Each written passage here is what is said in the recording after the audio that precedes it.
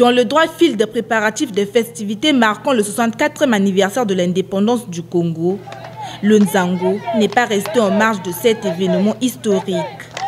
Un match d'amitié a opposé l'équipe des dames du port autonome de Pointe-Noire en bleu et de l'Angola en jaune sur l'esplanade du complexe sportif de Pointe-Noire. Une rencontre sportive pour consolider les liens culturels d'amitié entre ces deux peuples.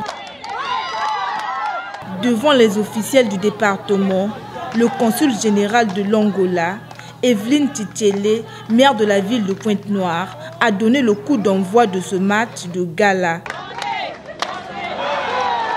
Une rencontre de Nzango dominée de bout en bout à la première partie par l'équipe angolaise avant le réveil de l'équipe congolaise, le port autonome de Pointe-Noire, à la deuxième partie.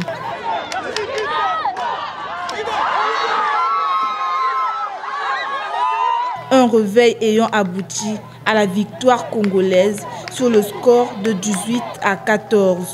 Regain de satisfaction d'une joueuse de l'équipe congolaise. C'était quand même un grand match. On ne connaissait pas du tout l'adversaire. Donc on s'est retrouvés sur le terrain, on a fait le jeu qu'il fallait. Ce qui est sûr, on n'a pas déjà le même jeu. Comme j'ai dit tout à l'heure, c'était très difficile pour nous de savoir à quoi s'attendre. Donc tout s'est fait sur le terrain. Les coachs congolais et angolais sur les enjeux de ce match d'amitié. J'ai aimé parce que c'est d'abord l'amitié. Selon moi, c'est un match culturel. On est venu montrer notre culture africaine.